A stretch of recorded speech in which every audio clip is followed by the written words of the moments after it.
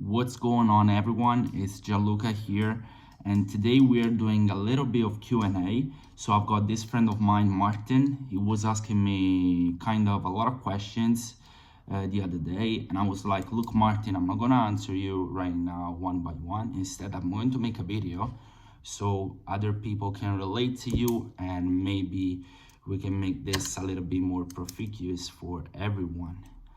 So he was asking me, I'm eating a lot of white rice, at least with one meal a day. Is it too much? So is it too much for what? I mean, are you trying to lose weight?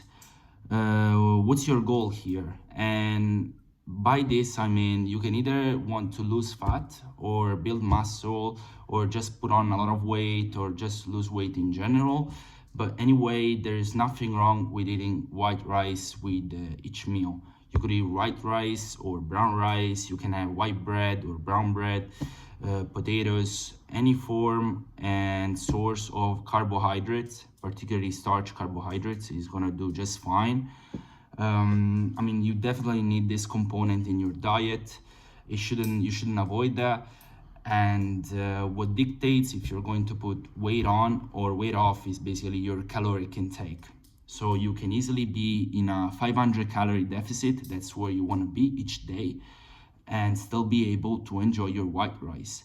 The component of white rice with each meal, it's brilliant because you want to have each and every macronutrient within your meal so that you can have as much minerals and vitamins as possible. You want a rich meal, and at the same time, mixing all the macronutrients is going to allow you to temper the insulin spike and have a much more stable release throughout the day, so you don't get hungry as often. So yeah, that's it pretty much. And I just want to remember you guys that 500 calorie deficit every day is going to equal to 3,500 calorie deficit in a week, which equals about 1 pound of fat a week that you are going to lose. In kilograms, it's about 0.453 grams. All right, how do you know if you're not losing muscle mass but you're losing fat? I already explained this in a video, I remembered. So you guys weigh yourself every single day, and by the end of the week you guys take out the median weight, which is the middle number. The middle number is indicative of your actual weight, so you are going to bypass all the fluctuations of carbohydrates and water intake. So one day you might be weighing a little bit more, one day you might be weighing a little bit less, but the middle number at the end of the week is very much representative of your actual weight. Let's go to the next question. So he asks me, how do I build muscle without looking bloated or fat? So he wants to build muscle, I understood, and at the same time, so without looking fat, so he wants to lose fat at the same time. So here's how you do it. What dictates if you're losing fat is basically your caloric intake, as I told you guys. So understand that you can lose weight and you can lose fat. You want to make sure you lose fat, so you don't want to lose more than 1 pound a week, which is about 0.5 to 1% of your actual body weight. So that's very important. If you're losing more than 1 pound a week, you're probably losing water, glycogen, and most probably muscle. So you want to do this nice and slow.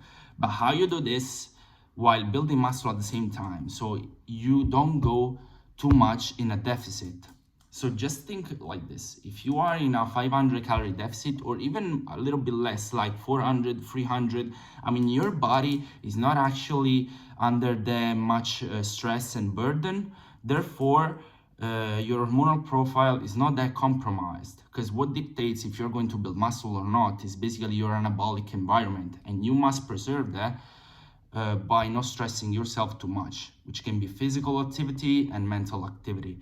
So what you want to do is be in a caloric deficit, not too much of a deficit. At the same time, you want to attend your gym, but you don't want to go to the gym 7 days a week. Yeah, guys, you want to go maybe twice, 3 times a week, because you want to allow proper recovery and hormonal balance. Understand that if you're in a caloric deficit, you're already under stress. So that's a stressor component as well. Don't ever forget that, yeah?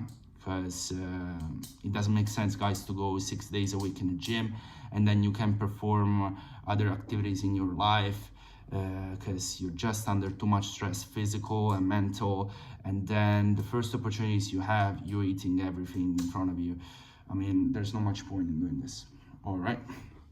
So he also asks me, I like running, but it will destroy my gains. Look, running, like any other aerobic activity, exerts a catabolic component, which means that it's a stressor factor. I mean, when I go to the gym or I practice an aerobic or aerobic activity, I'm basically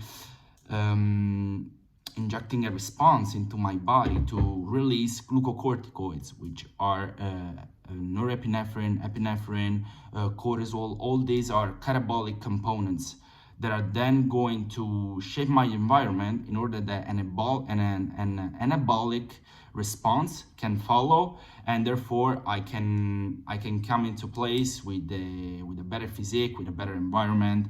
So following that catabolic response, we then grow and better ourselves. So it's very important to understand that running, it's a stressor component as well, as I already said.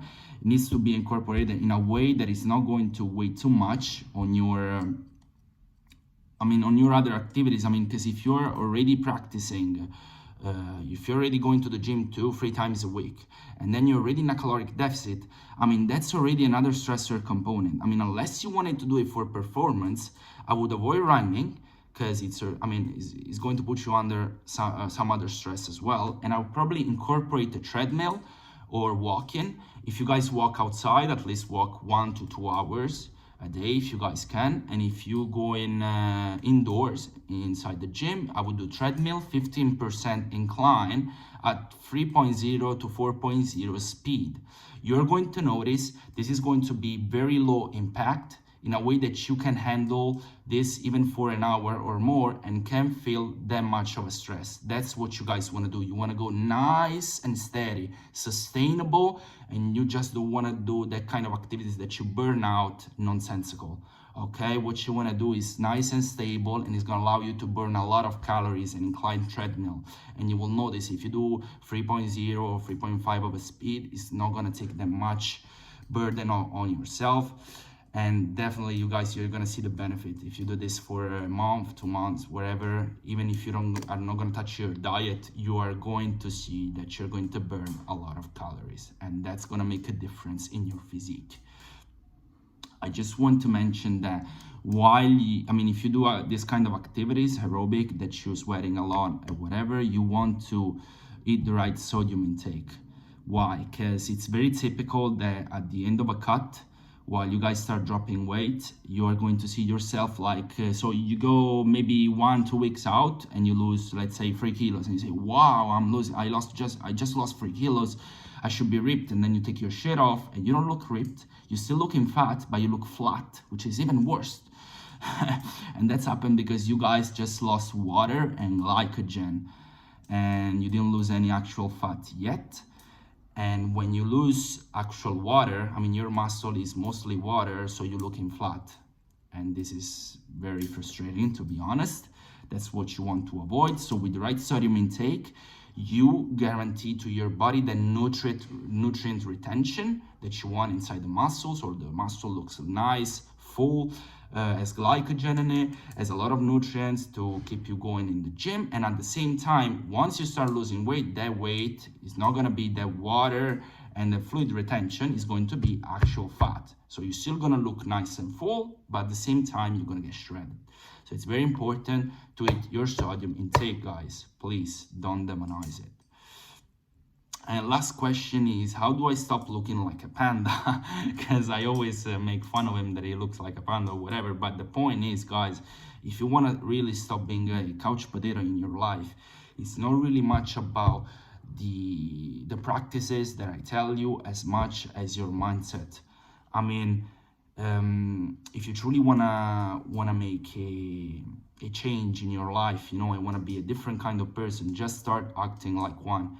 Because I mean, if you identify yourself as a couch potato and you say, you know, I'm not that kind of person, you understand that you already have some standards for yourself that put you in that position in the first place.